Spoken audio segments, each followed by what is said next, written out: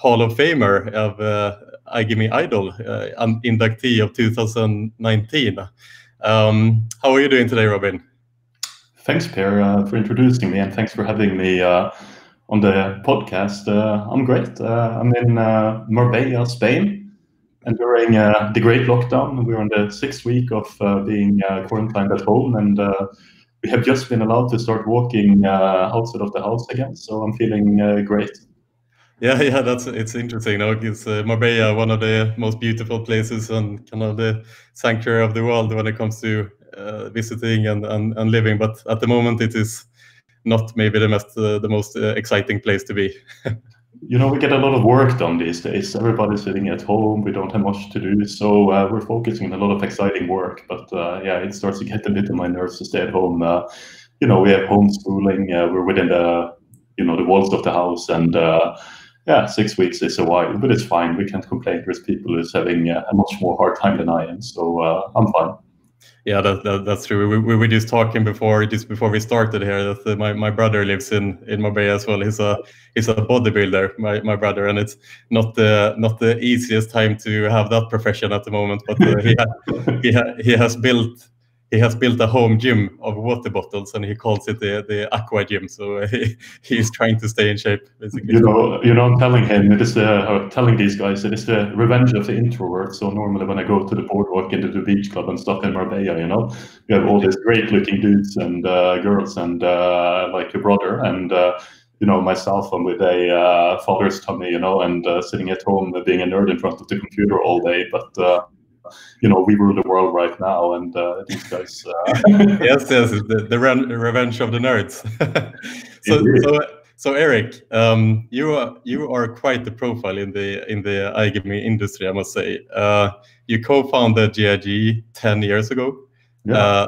And obviously led that company to great success, and you built something that really made a dent in the industry. I would say, especially when it comes to kind of how you built the culture in that company was something that was completely next level, I would say.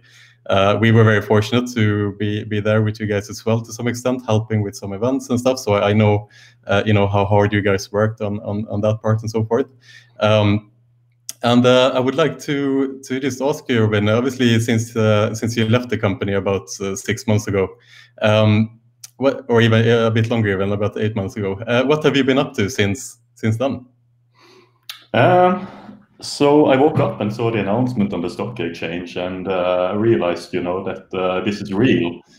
And then I figured that, what am I going to do? And yeah, so it took me about 2 hours, and then I thought, okay, I always wanted to build the greatest casino in the world, and this is an excellent chance to do it. So there was a couple of months where it was a bit from and back with the board of GiG about what would happen and how we would move forward and so forth. But we managed to conclude things before Christmas. And since then, I've been working full on with a new iGaming operator. Okay, tell us a little bit about that. What is have you launched yet, or is it? Yeah, we're getting there. So okay. I'm getting old now. I've lost most of my hair, and what I want to do these days is simply, this industry is what I've been in over the last, like you say, 10, 15 years, and I've gotten to know so many people, and I simply want to deliver a new sort of breath of fresh air, a new project, something the providers, employees, people here can really unite around. And we are about, I would say, 6 to 8 weeks away from at least launching behind a firewall, and yeah, I'm super excited about it. It's quite interesting. Launching an operator in this environment is not the easiest challenge, I would say. How do you see launching in this environment? Like, what are the biggest challenges right now, would you say, facing someone who is just about to enter the market? We can't travel anywhere. We can't meet people. I guess we're fortunate that the company I'm starting, it's called Ichiban, and it means number one in Japanese. And yes. And most of the guys that are in there has obviously been around the iGaming industry for quite a while, so they know people. But even starting up, not being able to meet people, you interview people that you're going to work with, and you need to do it like this over Zoom or Hangouts or And, you know, getting together, you know, 80, 100 plus game providers, all the payment providers, you know, licensing, company information, bank accounts, getting it all together once you actually kind of go out of your house. And that's an interesting challenge, but I guess it helps that you've been around a while and know a few people and can get things going without sort of getting to know everybody from scratch. But it is quite challenging in that regard. And even so this obviously the Corona situation obviously have ramifications on the industry in other ways as well. So on the regulatory side, Latvia closed down. Sweden is imposing even stricter regulations on the regulated operators. So with that in mind as well, are you looking at kind of outside of the traditional markets? How do you see the regulations proceeding and so forth? Yeah, look, so I've always sort of been an avid fanatic about the user experience and doing something for the customers. And I think some of the regulation that has been introduced is positive for the customers and some is not. Some is, I think, exaggerated red tape. And we're looking into markets that are more free, where you can focus on doing what's best for the user, you know, where you don't have to sort of drain them in KYC requested restrictions. You know, on some websites these days, you even need to declare, you know, your source of wealth if you had a divorce settlement. And I just don't think it is fair for a casino to sort of stop people's gameplay and freeze their account and tell them how much they got as a divorce settlement. And so we're trying to go a bit more open-minded about things and target markets where that is possible. Oh, interesting. So let's say, Robin, you mentioned that some regulation you kind of agree with and some you don't and stuff like that. So let's take, we are both Nordic, obviously, me being Swedish. So for me, that is what I know best is kind of that market. So let's say now, Robin, if you would trade your passport into a Swedish passport, and all of a sudden you become the Swedish prime minister, and you are now in charge of the regulation, so to say, in Sweden, what calls are going to be taken. What would you do if you had the chance to impact the regulation in Sweden? You know, I think the first thing I would do is that I would dialogue with the companies in which I'm regulating instead of policing them. And I think sort of every strategy, every common goal, all leadership needs to happen through dialogue. And then I would hear them out and give them a chance to actually hear me out. And of course, I would include players and interest groups and whatnot in that conversation. And I would probably come up with a framework that is less restrictive than what it currently is. Because I think the current climate in Sweden just leads to a large black market and it doesn't benefit anyone. And, you know, when I was in GiG, we pulled the sportsbook from the Swedish market. You know, we had, if I remember correctly, it was an under 19 football match where there was a couple of athletes that was under 18 years old. And the match went live, we scheduled it and went live on the site. I think we removed it after 6-7 minutes. Nobody bet on it, but somehow they managed to pick up on that. And we got a huge fine because of it.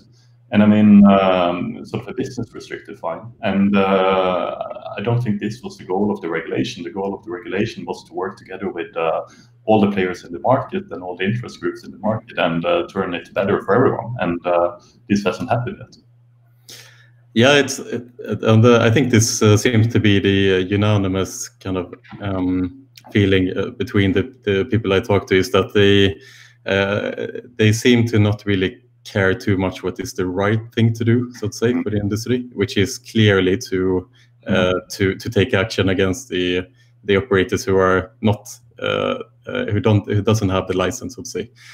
So what do you think their motive is? What do you think their long-term plan is? No, I think their motive is you know, Steve Jobs quoted this Bob Dylan song in one of his interviews, and he said that our memories goes longer than the road that stretches out ahead of us. And to be honest, I think the current regulation in Sweden is based on the past experience they had as regulating monopolies and sort of the climate where Spelinspektionen was sort of against the remote operators, and that has sort of carried a bit into the regulation as is.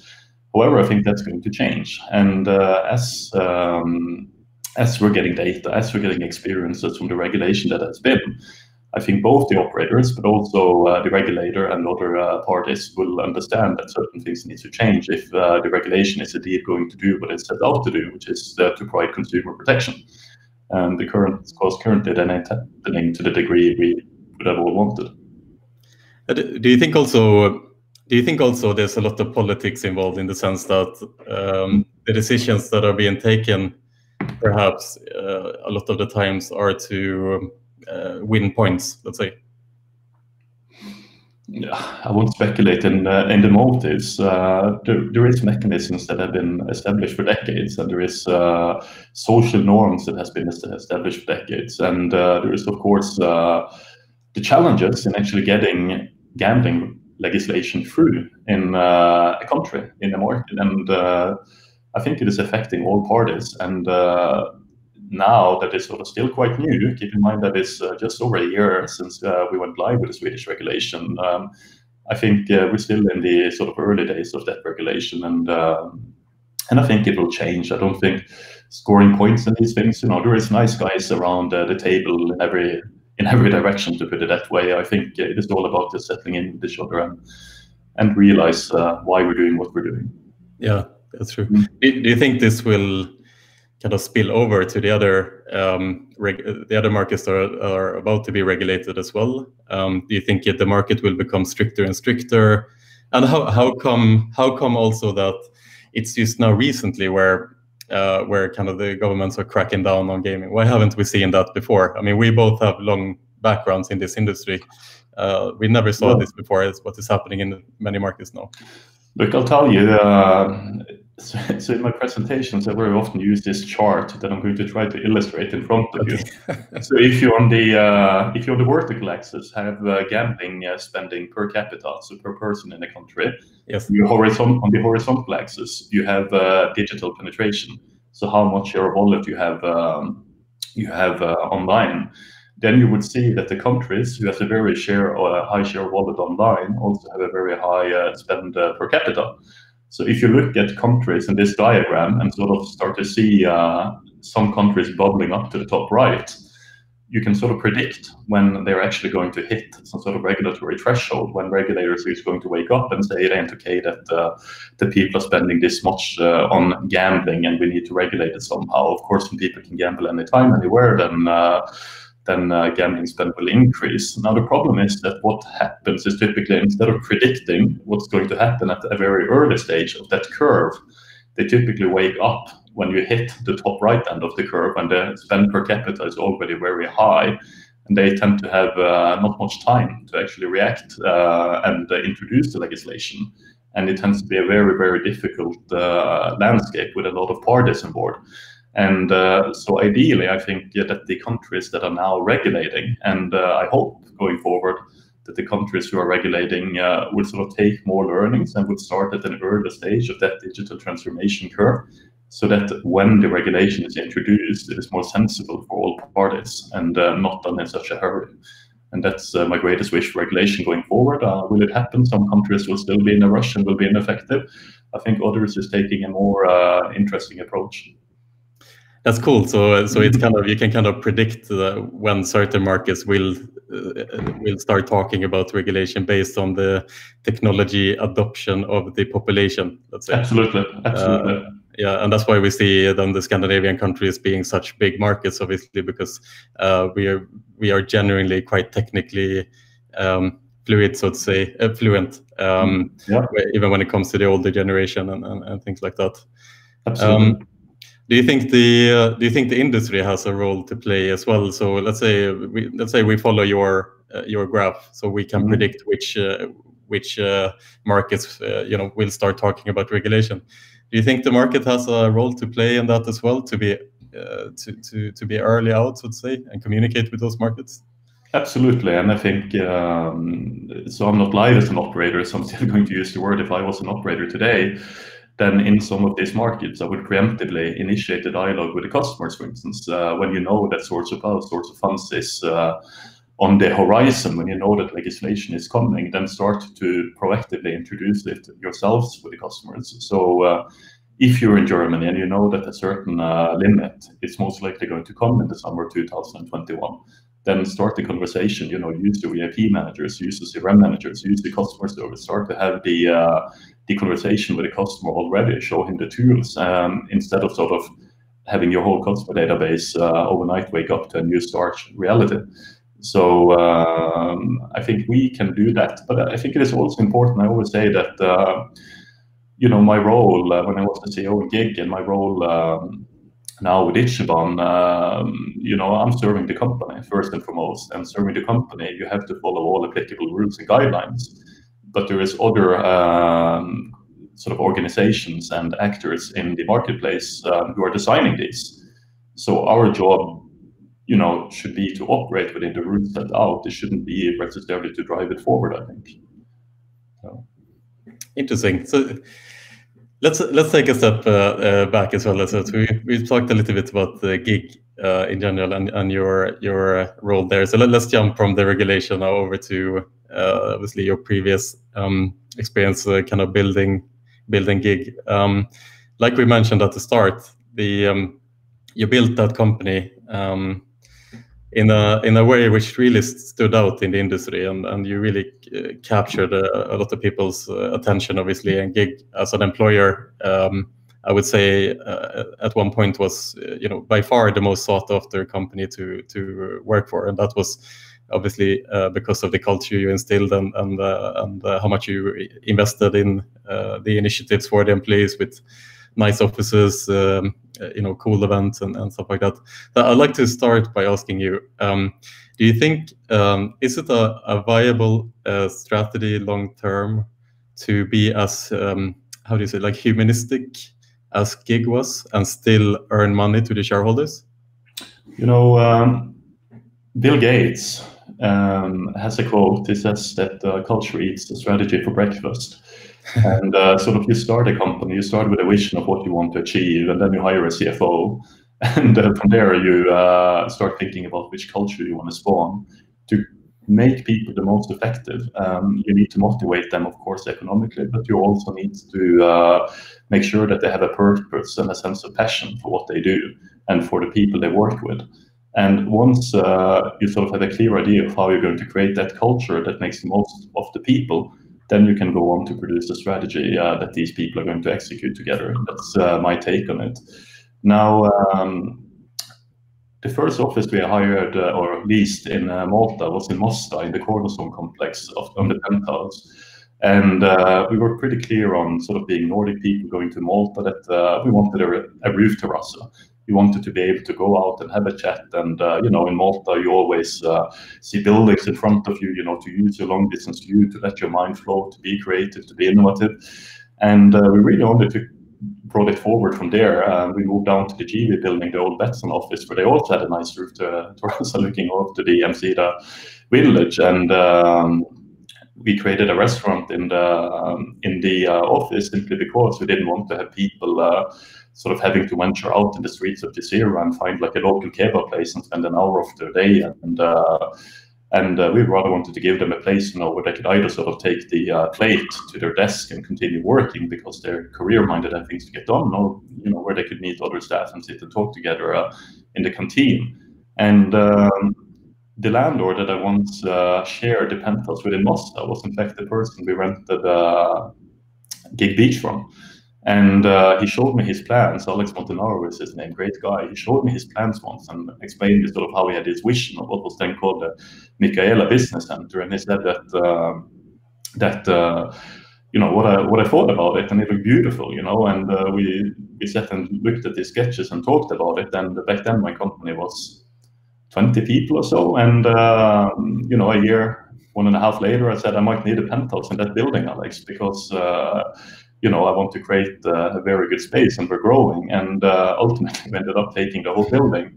And it's important to note that because of the good relationship, the building wasn't very expensive. Many offices is much more expensive per square meter than that building was. The food cost per staff was 3.70 euro per plate. which is not very expensive compared to sort of the cost of buying. You know, if you go out and buy a hamburger in your lunch, it will cost you 10, 12 euro. And, you know, in general, people spent half an hour instead of 1 hour, you know, going out eating that food. So we got that money back on the hourly and the production. We had a gym in the office because the commute started getting really bad in Malta, and we didn't want to have people sort of invest 30-40 minutes going from and to the gym 3-4 times per week. So we provided an environment where they could do that in the office, and to save time so they could focus on work. So I think once Eirik Schmidt was asked the same question from Google, you know, why do you do all of this? And he answered, because I want my staff to focus on work. And that's my general answer to that as well. I absolutely think it is viable, and yeah, I will do it again. Yeah, very interesting. So, and we can kind of notice this this productivity that you're talking about by saving time to go to the gym, to have lunches and so forth. We can see that a lot happening right now as well, as people are working remotely. Yep. I would say for better and for worse. The fact that you know, you don't have the commute in the morning and in the evening, it frees up a lot of your time. You know, you eat in the house and so forth.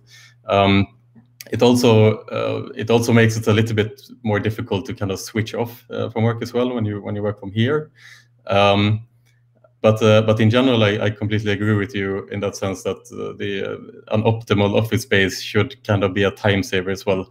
I notice one thing that I notice as well on that note is if there is a supermarket close by, that's also a huge time saver. Absolutely. That's what we see now as well. Like kind of with the over in Spinola Park, for example, there's a supermarket in the office. They're building a gym there as well and stuff like that. Yeah. So yeah, that's actually a huge factor when you apply for a job. I mean, to have these kind of amenities close by. So you mentioned towards the end that yes, you definitely do it again. So then my question to you is: during your time at GiG, what would you say would be your biggest success, the thing you are most happy with, and what would you say was your biggest failure? We started a company with 200,000 euro that a few years later was on the stock exchange worth 450 million euro, and that had close to 150 million euro in revenues, and was mostly self-financed. And I think sort of that accomplishment in itself speaks to the people that worked in GiG throughout those times.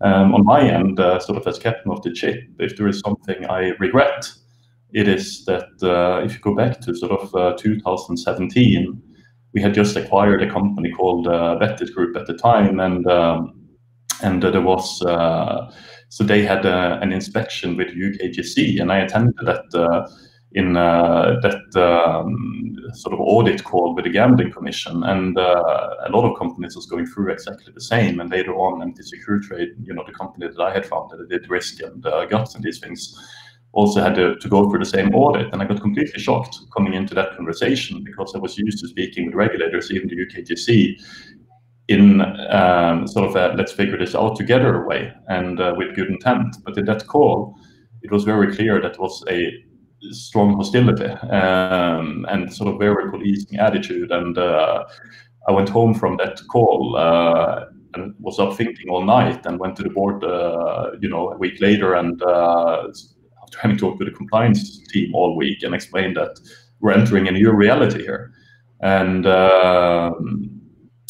you know, if you look at the spring of 2018, there was not only the UKGC regulation coming into force, mainly driven by the Anti-Money Laundering Directive 4, there was also the Payment Services Directive 2 that paved the way for innovations such as Pay and Play that completely opened up the marketplace. There was GDPR, the Data Protection Act, you know, that took a lot of resource. And in addition, you know, we were working on Danish license application, and we were working on, you know, the Swedish regulation would come up, and at the same time, you know, we had been working on the New Jersey regulation, and then PASPA got repelled, and we were suddenly working with sports betting in the US. And so we've suddenly found ourselves in less than 2-3 months working on truckloads of compliance. And leading up to this, we had expanded by investing into new game studio, by investing into our new sportsbook platform, by building all the technology in-house, and it simply became too much. So in 2018 and 19, there was 12 to 14-hour workdays. I still remember the summer of 2019. I was with my partner in my cabin in Norway, or in my friend's cabin. And I'd been working so much that the neck was locked and the back was locked. And I was in a meeting with further staff in the company, trying to figure out how to launch a new version of Risk. And I didn't want to show weakness in front of them, but I could not sit anymore. So I ended up having my partner holding my head while speaking into the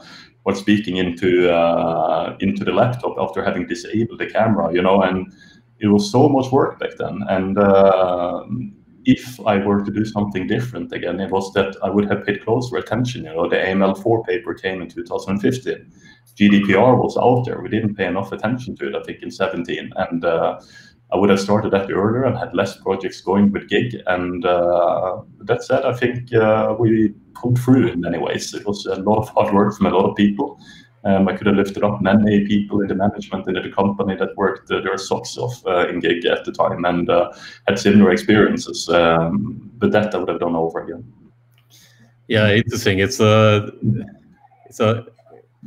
classic kind of flow to stumble into when you, as a founder and CEO of a big company, when you're faced with these insane challenges, that the only option is just to work and to work hard. I mean, but with that experience now, like kind of overworking yourself in that regard, would you do anything different now? Not in the sense that, like you mentioned, that you need to focus on the GDPR earlier and stuff like that, but for you, how you approach your own work. Yeah, look, strong advice, and I would probably end up in the same situation again. So don't hold it against me if I'm not able to fulfill. Yeah, that's the difficulty, right? As an entrepreneur. I like to work, but look, you need to take care of yourself. And I have this life coach / therapist now, a British German woman, written a lot of books and holding seminars, and she's really good to discuss anything from business to your mind and everything. And she explained me that when you're in an airplane with your child, and if the cabin pressure drops and the masks come down, then the first instinct is to put the mask onto the child, right, and to save it. But she's teaching me that you should put that mask on yourself, because if you pass out, the child is dead, and because he won't be able to keep the mask on itself. And it's an analogy, but let me bring it on as a leadership advice. I think your job is not to work as much as you can and sort of be there for everyone and everywhere all the time, I think what you need to do is you need to start by taking care of your family, taking care of yourself. And when you have a good work-life balance, then you will be much better for other people. You might think that you're a superstar for other people because you're working your socks off. But in the end, they might leave a meeting having seen you stressed, or they might have picked up on some sort of weakness because you were overworked, and it doesn't instill calm and belief in them, right? So I think if I were to do it again, I would have made sure that even in the most heavy work days, that there would still be more time to go and do like your brother and exercise and be a bit outside and be with your family and make sure that you stay calm and stressed, because the world will always go on. Yeah, it's always the challenge, right? Especially as an entrepreneur, being both the entrepreneur and the CEO, as the company grows, it becomes like your baby, right? And it's very difficult in those high stress situations when the work are being compiled on each other to just prioritize. The first thing that usually falls is like kind of the training. If you work out, that's the first thing that falls away, and it becomes a little bit like a dangerous spiral, right? You get obsessed, right? Because especially if you're young, like I am and was, you know, you still are. You get a lot of responsibility.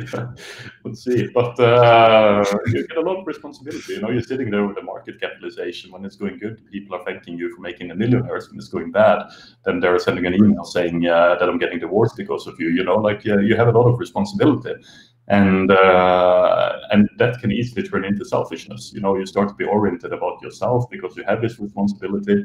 You feel this commitment of going through, and then you don't really become self-aware. And I think it's really, really important to have that inner peace and self-awareness, and treat things differently. Yeah, it's true. I mean, obviously, the company I run is on a much smaller scale than yours. It can't be compared in the pressure that you obviously have. But I can say from a smaller kind of scale on that level, that what I try to do is I try to prioritize the things that are important for my structure in my life. Right. Like so the training, for example, for me, I try to prioritize that as before work, so to say, so as a number one. Not because it is like necessarily most important for my life, but I know that if I get too busy, if I don't prioritize my training as more important, then that will be the first thing that falls away. Tell me, Pierre, didn't you, if I remember, you ran the marathon in 3:56, no? Yeah. We were lucky that the marathon even happened. Yeah. Yeah, well done. Yeah, thank you. No, we were lucky that the marathon happened actually this time around, and as you know as well, being with GiG coming on board as sponsors from last year, it was cancelled, that marathon, because of the storm that hit Malta, and then this year was days before the corona situation happened. It was on the 1st of March. So they were very lucky that they managed to organize that event actually.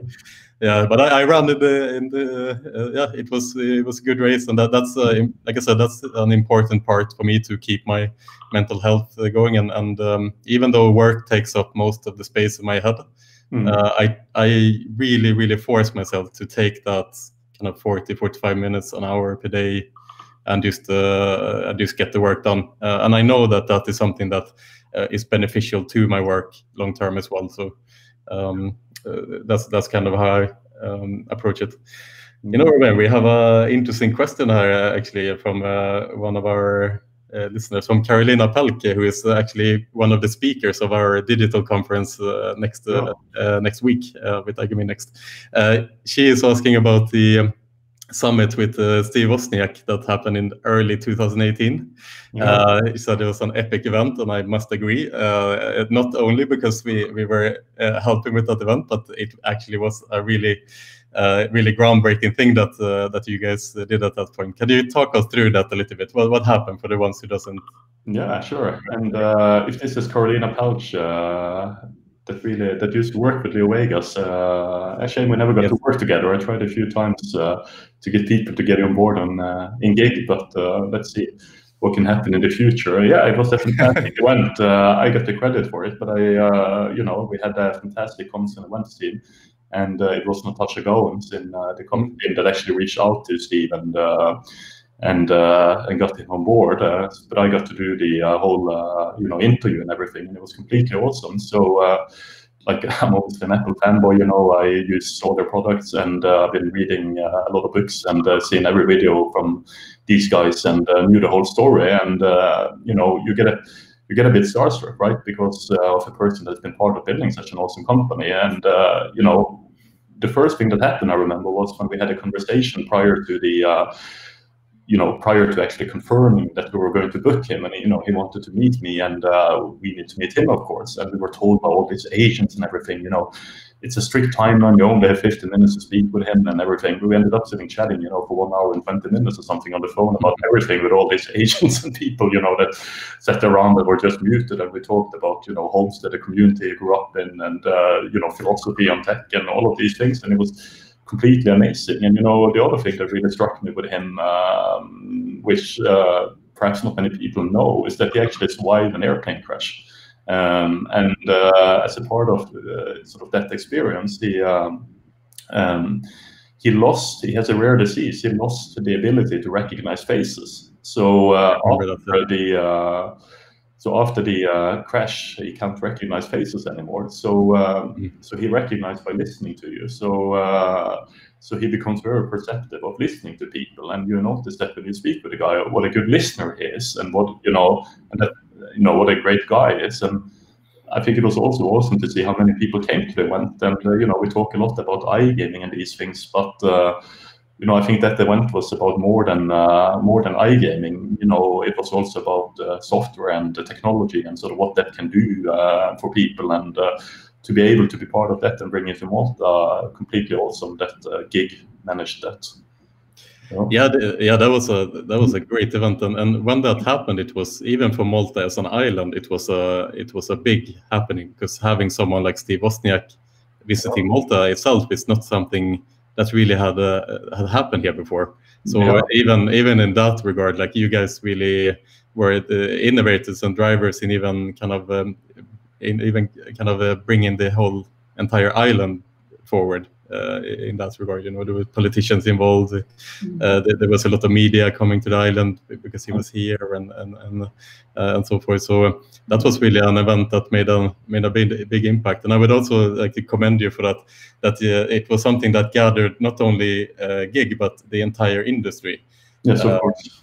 That you actually invited the rest of the industry to take part in that event as well. What was the reasoning behind that? From a business perspective, I obviously think it was good marketing value for GiG to show what we're doing. But from a more philanthropic perspective, I think it would have been incredibly selfish if we didn't, if the guy actually accepted, right? It was one of our dream candidates, and he came to the island, and we would close that event and not let the rest of the community in. Keep in mind that the slogan we were operating by then was to make the iGaming industry an open and connected ecosystem for the benefit of all. And it would have been quite contradictory to that statement if we weren't to open that event to everyone. Yeah, that's fair enough. I completely agree with that too, and it makes sense. But I do think that a lot of organizations would have probably tried to do otherwise. But that was just part of the ethos of GiG. I think that you guys built this very inclusive and open kind of culture. Again, it leads back to the fact that. That's why you stood out in that regard. So, so moving on from that, so your experience with GiG and your philosophy and ethos and things like that. Now, as you are about to launch Ichiban, the new company, are you planning to carry that type of ethos into your company now? Is there any changes that you will make? How do you see your company culture? Yeah, definitely. So I would definitely carry that on board, and then I will always, I think you always need to strive for improvement. And I think another thing we could have done better at GiG was that we didn't have exercise enough discipline. We didn't exercise enough focus. And when we chose the name Ichiban, it comes back from sort of the Japanese culture of discipline and focus. And the sort of the spiritual belief that simplicity leads to abundance, which is a very important concept to understand. And so what we're trying to do here is to try to keep things much more simple, because we think that will unlock an abundance of opportunity and potential. And we're focusing from day one on structure and on process. These things, as a sort of young tech hippie and gaming hippie, we just worked, right? Ben Clement for the Fagli, Tony Shellston, many of the guys, we just worked, and everybody knew each other, and even to the point, where there was 200 staff in the company, you knew the surname of every single staff and who they were and all of it. But it doesn't work. You need structure, you need roles, you need organization, and so that's something. Albeit Ichiban currently being quite chaotic, being a pre-revenue startup, it is something I'm trying to lay the fundament from the get-go, so that we build this up like a Swiss clockwork from the day one. Great. So what would you say, what is the company going to look like in 5 years? In 5 years? Okay, we set a cap of 30 staff because we want to try to bring the best people together and make sure that sort of revenue and profit per employee, per FTE as we call it, is the main KPI to track. But I think if you go a few more years down the road, it will probably be maybe 50, 100 people that will be highly skilled and highly competent, and who would have automated a shit out of everything, and we would have launched a product that perhaps it is not a groundbreaking innovation. You know, it ain't. We're not going from BlackBerry to iPhone here, but we're launching a damn good casino. And when we have a few more years to build on it, I think people look at that product and say it is one of the best, if not the best. Yeah, interesting. We are running over a little bit of time. These things are incredible. You can speak for hours with these things. But I do have. I am a little bit curious to ask you as well. You mentioned that you will try to automate a shit ton of the services. So on that note, how do you see AI playing a role in and machine learning playing a role in the iGaming industry as we go forward? We've seen a little bit customer support type tools that are breaking through. There are some other interesting tools coming up as well. How do you see your company using AI going forward? Natural language processing is actually on the plate. It's something we have debated and looked into, and how we can use this not only for support and these things, but also for search. So that's something we're looking into, but certainly not something we will be advanced at for launch. But I think automatic segmentation and how to create data services and applications that reacts on that. Careful now with the sort of falling into the secret sauce, but I think the ability to return players the exact game they want to play and the exact reward they need at the time they need it. I think that's sort of the main use case, at least in casino, for AI.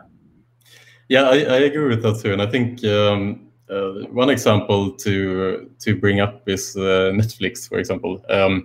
As you watch Netflix, you know, the algorithms learn kind of what type of movies or series that you're interested in, and it's very good at recommending the next series to watch. You know, for better and for worse, let's say. Yeah. But and similarly, as an operator, if you play certain type of slot machines, why wouldn't you want a service that can intelligently recommend you different games to play as well, for example? And I've seen a few services popping up like that too. I don't know how useful they are so far. It's nothing new, but you know, if you look at Netflix, they have a fantastic. You can Google Netflix research. They're actually sharing all their science and all their work on these fields. And if you go in there and look at what they do, you know, it's not only about sort of pairing you with the right tags and the right content and so forth, but they're also, you know, you pair will get a different image of Stranger Things that I would. Maybe, you know, if I watched Smallville, they would show me some sort of icon of, looks like a bit more like Smallville. If you watched, I don't know, horror shows, then they will show you a more horror-looking part of the thumbnail, you know. They're personalizing absolutely everything on the site, and that's really interesting as a means to guide you towards the right content. It's not only about sort of getting a game to rank between number 1 and 20. And yeah, that research, I highly recommend everybody watching the stream to go and check out that research. It's really, really good. Where can you find it? Is it? Netflix, you just search for Netflix research, you know, you'd immediately find a knowledge base they have shared. All presentations, your whole algorithms, everything is out there. Yeah. Just go and read it yourself. It's so interesting. It's things are changing so quick. What would you say? Are there any other industries or specific companies that the iGaming industry can be inspired by, like Netflix?